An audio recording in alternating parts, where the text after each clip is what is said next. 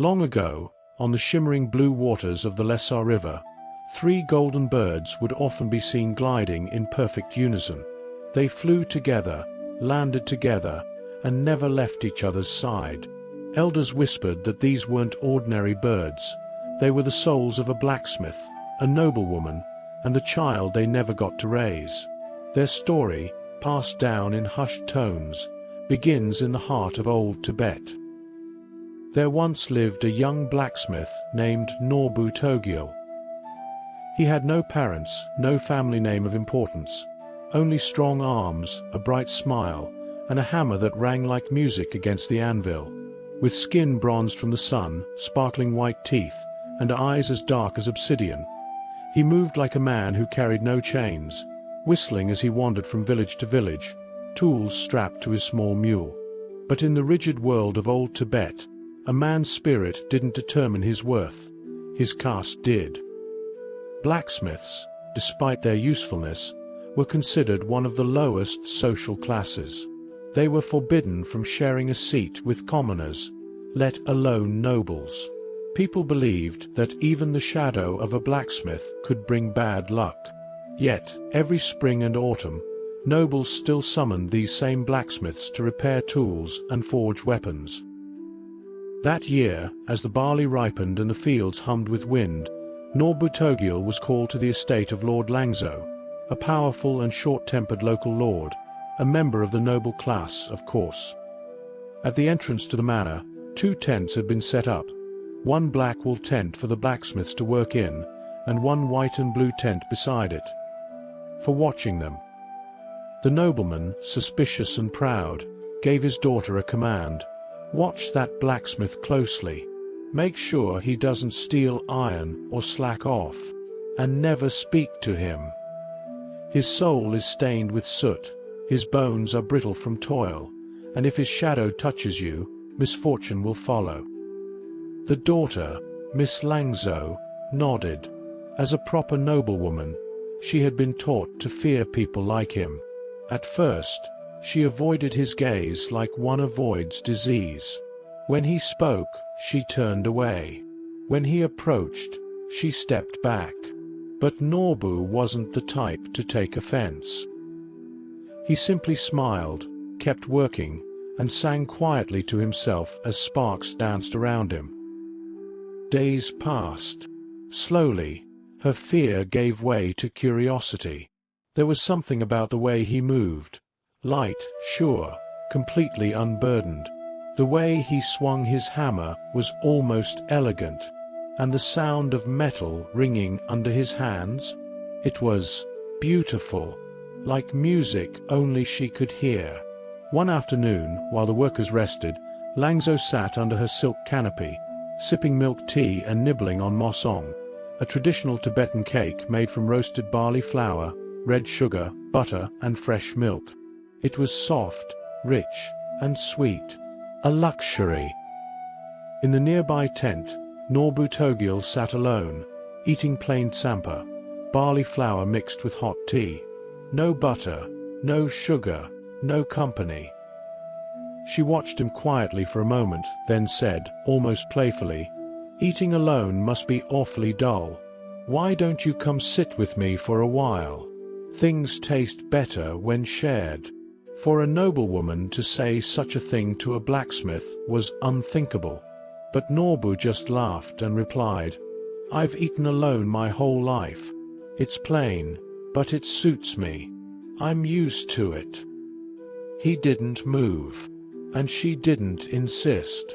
But something shifted between them. The next day, she returned again. This time, she walked right into his tent. She ran her fingers over the tools, wide-eyed. "This hammer feels like it could knock down a wall," she said. "Let me try swinging it.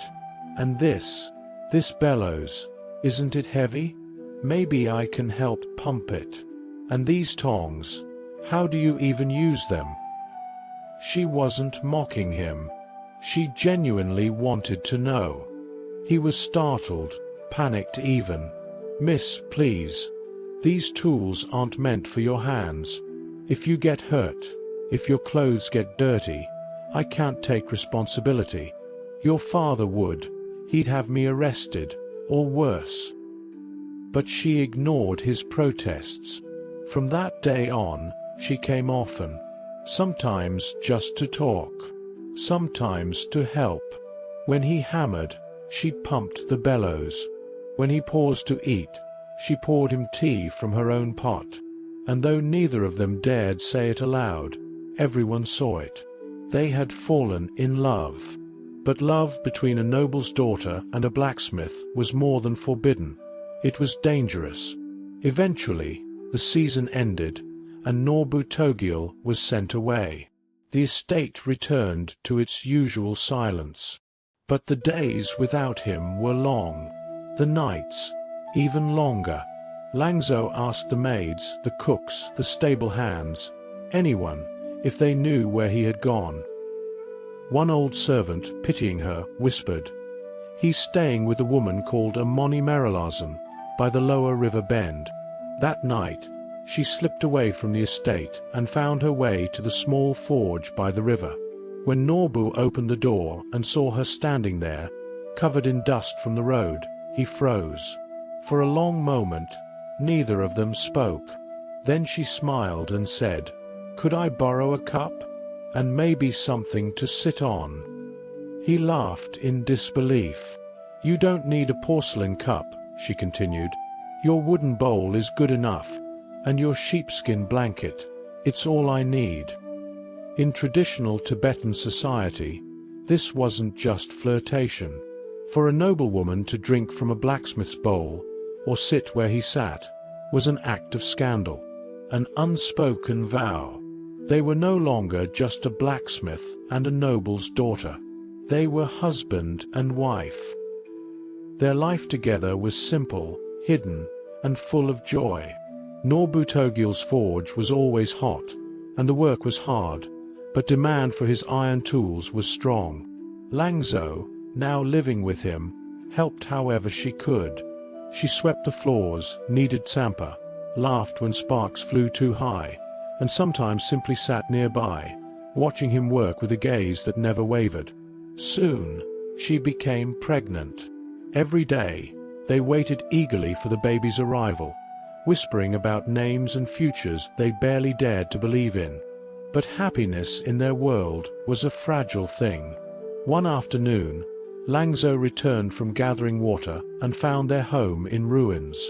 The forge had been smashed. The anvil overturned.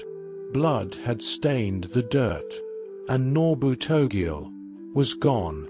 A neighbor, the kind old woman named Amoni Merrilazan, told her in tears, "Your father sent his men. They dragged him away like an animal. They didn't even let him speak." Langzhou's heart shattered. She ran all the way back to the estate she had once called home. But it wasn't home anymore.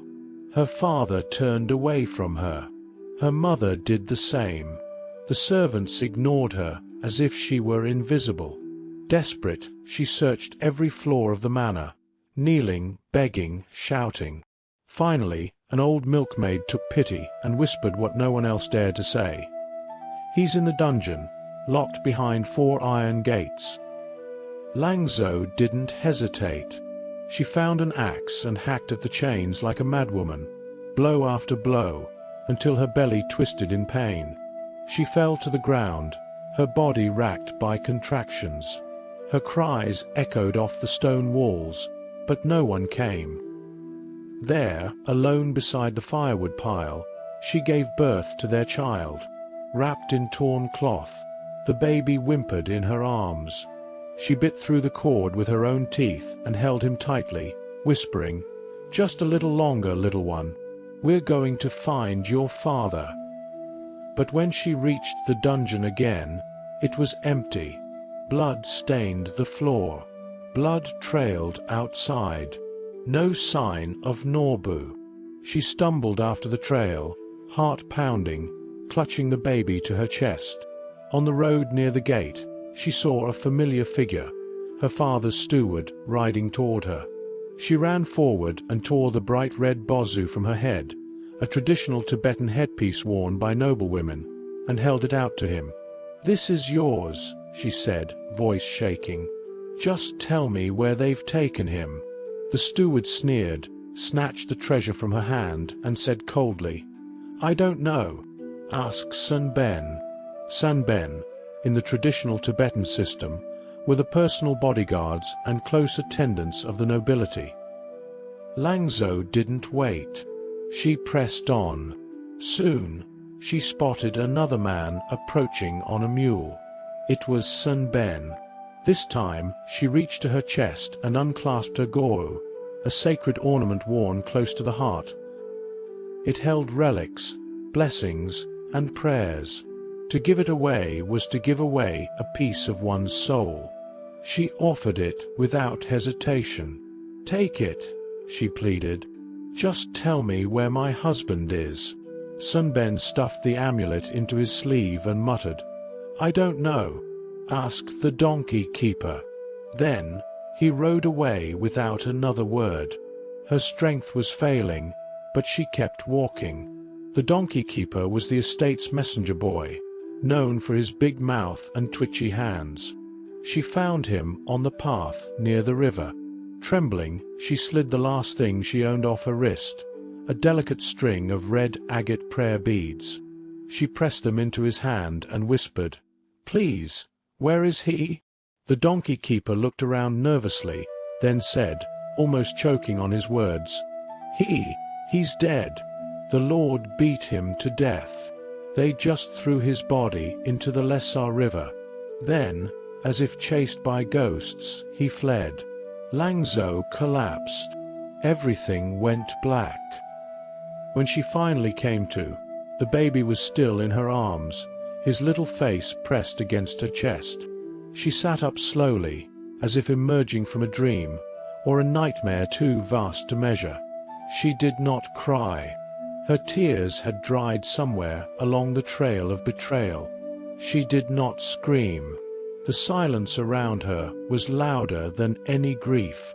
Instead, she got up, step by step, and walked toward the riverbank. The Lesar River roared ahead of her, foaming and wild. The current was strong, the water muddy, but there, in the churning waves, something floated. A body. His body. Norbu Togil. His arms had gone still, but his face still looked like he was dreaming. She stood for a long time. Then, without a word, she tucked her child close, fixed her hair, and smoothed her robes. She kissed the baby's forehead and whispered, "You waited for me, didn't you? I'm here. I brought your child. I brought your hammer. We're together again. If this world won't let us be joined, then let the next one take us." And with that, she stepped into the water. The river swallowed her whole. As her body sank, the surface of the Lesar River began to shimmer with golden light. The water calmed. A sound, soft, melodic, almost like a song, rose from its depths. Then, from the heart of the river, 3 golden birds rose into the sky.